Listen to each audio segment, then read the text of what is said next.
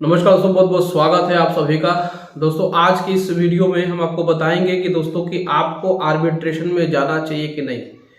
दोस्तों अगर आपने भी किसी बैंक से कोई भी अनसिक्योर्ड लोन लिया है, चाहे वो प्राइवेट बैंक हो, चाहे वो एनबीएफसी हो या चाहे कोई भी सरकारी बैंक हो, देखिए बैंक हमेशा अपने अनसिक्योर्ड लोन की जो रिकवरी है वो कई तरीके से करते हैं। तो पहला उसमें होता है आर्बिट्रेशन होता है, दूसरा उसमें होता है कि वो आपके ऊपर अगर ईसीएस है तो ईसीएस बाउंस का केस करते हैं, चेक दिया है तो चेक बाउंस का मुकदमा करते हैं, या फिर वो आपके ऊपर तहसीलदार के यहाँ केस फाइल करके रिकवरी सर्टिफिकेट इशू कराते हैं। लेकिन इसमें जो सबसे ज़्यादा इम्पोर्टेंट होता है वो है आर्बिट्रेशन।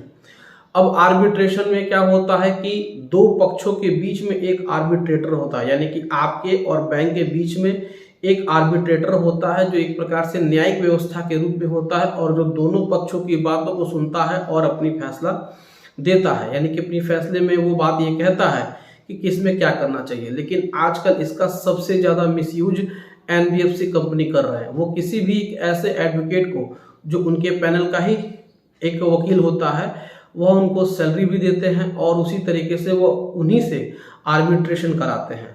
अब ऐसे आर्बिट्रेशन में बैंक क्या करते हैं कि जितने भी एनबीएफसी है ये सब एक तरफा कार्रवाई करते हैं, यानी कि आर्बिट्रेशन कराते भी हैं, उसमें आप अगर अपीयर भी होते हैं तो वहाँ आपकी बात को नहीं सुना जाता है।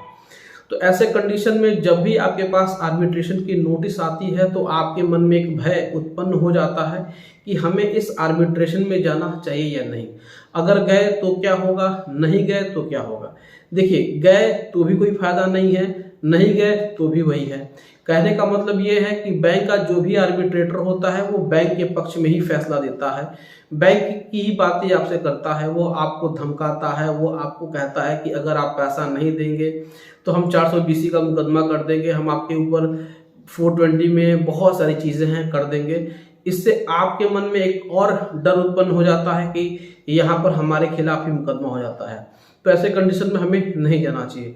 तो बहुत सारे लोग इसमें नहीं जाते हैं। तो उनके लिए एक प्रश्न है, वही लोग प्रश्न ये पूछते हैं कि अगर हम आर्बिट्रेशन में नहीं जाएंगे तो हमारे साथ क्या क्या हो सकता है।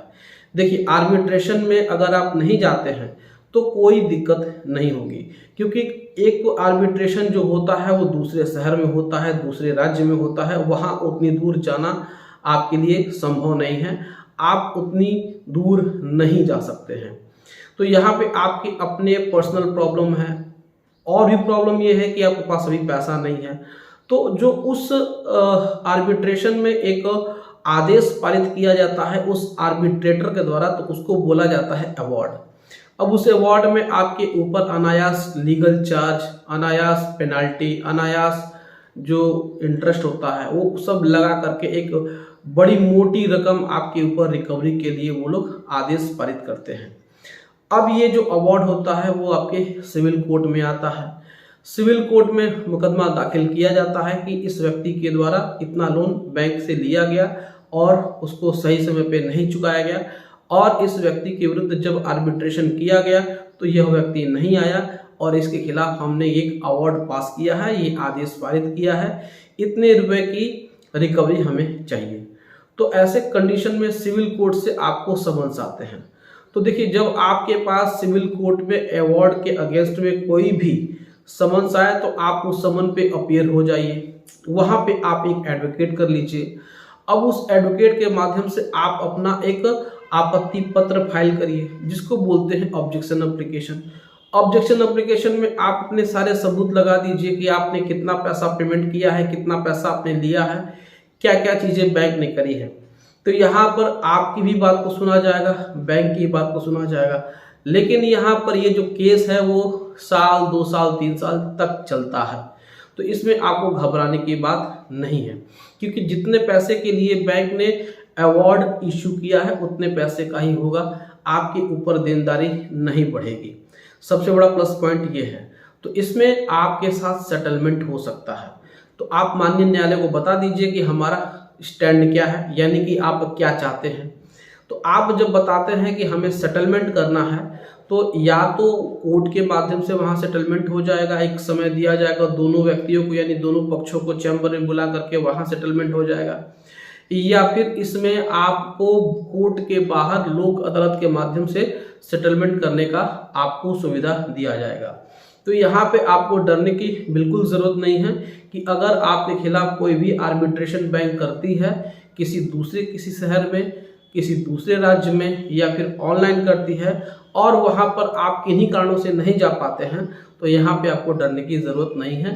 कोई ऐसा आपके ऊपर केस नहीं होगा जिसमें कि आपके साथ जस्टिस नहीं होगा, यानी कि आपके साथ कोई भी अनहोनी नहीं होगी। आपको डरने की ज़रूरत नहीं है। तो जब भी आपको आर्बिट्रेशन का नोटिस आए तो उसको पढ़िए, ध्यान से पढ़िए। आप उसमें बैंक को ईमेल भी कर सकते हैं कि आप सीधे मना करिए कि हमें आर्बिट्रेशन दूसरे शहर में नहीं चाहिए, हमें आर्बिट्रेशन अपने शहर में ही चाहिए, या फिर आप अपनी प्रॉब्लम बता सकते हैं कि हमें इस आर्बिट्रेशन में नहीं आ सकते हैं, हमारी ये मजबूरियां हैं। तो इस तरीके से आप अपना बचाव कर सकते हैं। तो दोस्तों, ये जानकारी आपको कैसी लगी आप हमें कमेंट करके अपनी राय ज़रूर बताएं। और भी कोई प्रॉब्लम होगी तो कमेंट करके पूछिएगा, आपके प्रॉब्लम की वहाँ पर रिप्लाई ज़रूर दिया जाएगा। दोस्तों, अगर ये वीडियो आपको अच्छा लगा हो तो वीडियो को लाइक कर दीजिएगा, इसे अपने दोस्तों और रिश्तेदारों में शेयर कर दीजिएगा और हमारे चैनल को सब्सक्राइब करके हमें सपोर्ट जरूर प्रदान करिएगा। दोस्तों, मिलते हैं अगली वीडियो में एक नए टॉपिक के साथ। तब तक आप अपना और अपने पूरे परिवार का ध्यान जरूर रखिए। Thank you so much. जय हिंद दोस्तों।